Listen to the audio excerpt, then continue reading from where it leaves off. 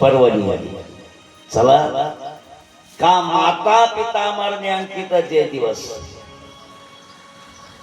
आपली खरी पर्वणी आई वडील मेल्यानंतर त्यांच्या नावानं जो श्राद्ध तर्पण विधी करते ती खरी पर्वणी आहे. श्राद्ध 5 प्रकारचे आहे. जीवात्मा गेल्यानंतर 13 दिवस पर्यंत केल्या जाणारी क्रिया याला अर्धदैहिक श्राद्ध म्हणतात. जीव गेल्यानंतर प्रत्येक महिन्याला आपण पात्र टाकतो ना 12 महिनेपर्यंत याला संवत्सरिक श्राद्ध म्हणतात. जीव गेल्यानंतर श्राद्ध तर्पण विधी करत असताना 3 पिढ्या बापाकडच्या घेतात आणि 3 पिढ्या आईकडच्या घेतात. बरोबर आहे ना. आबा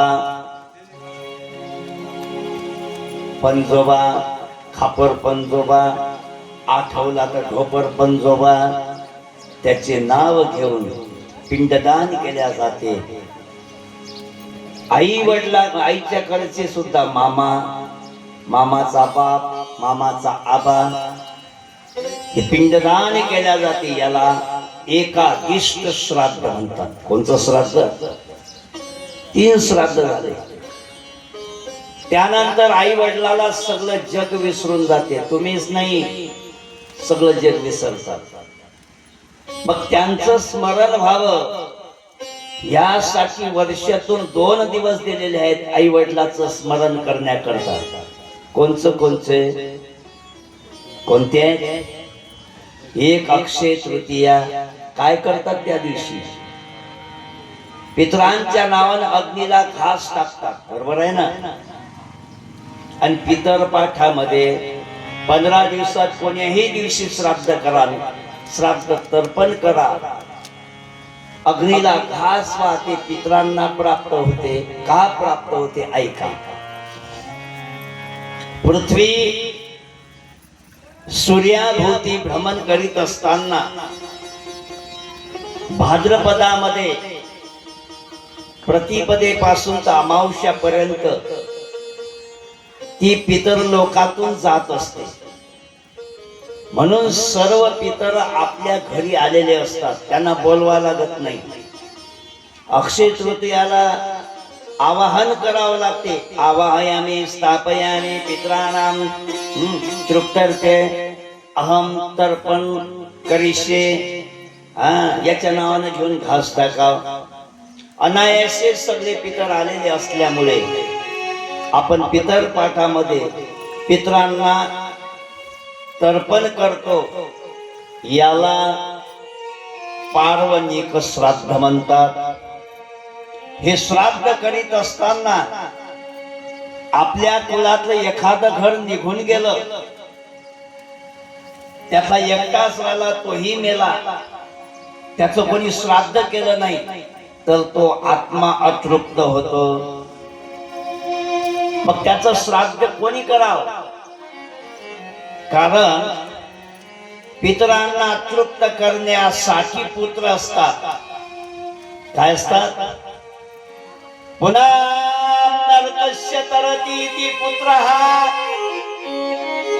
पुन्हा नावाच्या नरकातून काढून पितरांचा उद्धार करणारा जर कोणी असेल तर तो पुत्र जो नरकातून काढून आपल्या सद्गतीला प्राप्त करून देतो तो पितरांना, त्याला पुत्र म्हणतात.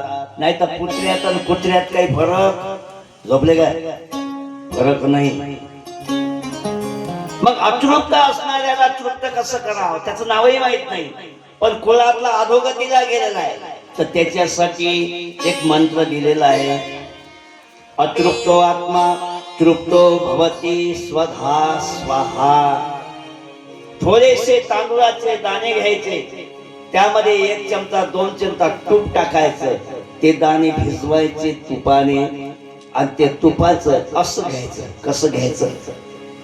मधले 2 बोट तर्जनी आणि करंगळी सोडून अनामिका आणि मध्यमा आणि त्याला अंगठ्याचा स्पर्श करून असं घ्यायचं आणि मंत्र म्हणायचा. अतृप्तो आत्मा तृप्तो भवती स्वधा स्वाहा असं म्हणून 5 तुपाने भिजलेले तांदूळ त्याचे 5 घास अग्नीत टाकावा, म्हणजे आपल्या कुलातला कोणीही अतृप्त असेल तो तृप्त होते आणि तो आपल्याला आशीर्वाद देतो. तुका म्हणे पितृ आशीर्वाद देते. तुका म्हणे पितृ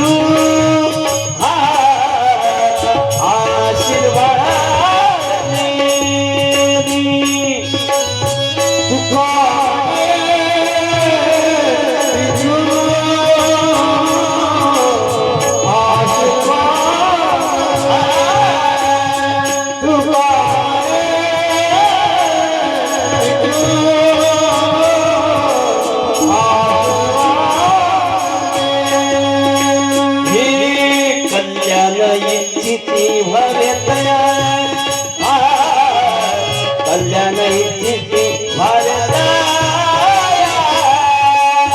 तुका म्हणे पितृ आशीर्वाद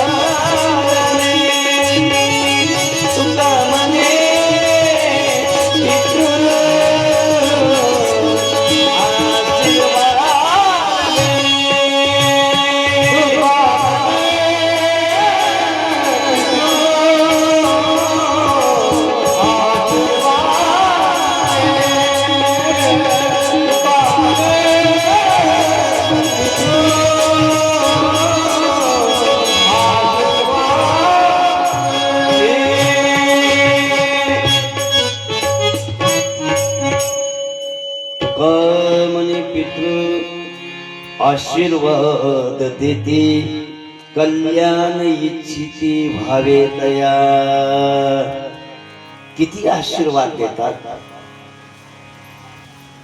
तया. ऐका किती भेटतात आशीर्वाद. यश, आयु, आरोग्य, धन एवं संपदा लभेत. पितर तृप्त असल्यानंतर यश प्राप्त होते, माणसाला आयुष्य प्राप्त होते, आरोग्य प्राप्त होते ते पितराच्या कृपेमुळे, धन प्राप्त होते आणि 5वं संपदा. संपदा म्हणजे काय? धन आणि संपदा मध्ये जरी फरक दिसत नसला तरी बराच so much difference between us. खूप फरक आहे. धन म्हणजे स्थावर जंगम संपत्ती, आपली आवक. आणि संपदा म्हणजे भोगण्याची ताकद. का घरी साखर कारखाना आहे म्हणे, हो सगळ्यांना साखरेचा चहा केला, साखर कारखानदार बिन साखरेचा चहा पिऊन राहिला. का म्हणजे डॉक्टरनं सांगितलं साखर खाऊ नका, टाका त्या साखर कारखान्यात. घणी सुंदर स्वयंपाक केला, घनो चोखो शिरो पुरी भदो वलो सातमे करो. पाहुणे जेवून राहिले, हा जेवायला बसला, याला ताक भाकर आणलं, ताकन भाकर. का तुम्ही का नाही म्हणे, डॉक्टरनं सांगितलं काही चालत नाही, ताकाशिवाय भाकर. अरे ताकाच्या वगारा का समजून चाला, पितर अतृप्त आहेत. अरे दिलेली संपत्ती भोगता आली पाहिजे, याला म्हणतात पितराचा आशीर्वाद.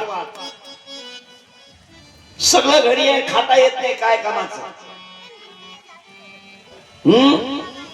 स्वर्णाचा पलंग आहे, फोमची गादी आहे, मखमलीची चादर आहे, शेठजी झोपला, झोप लागत नाही.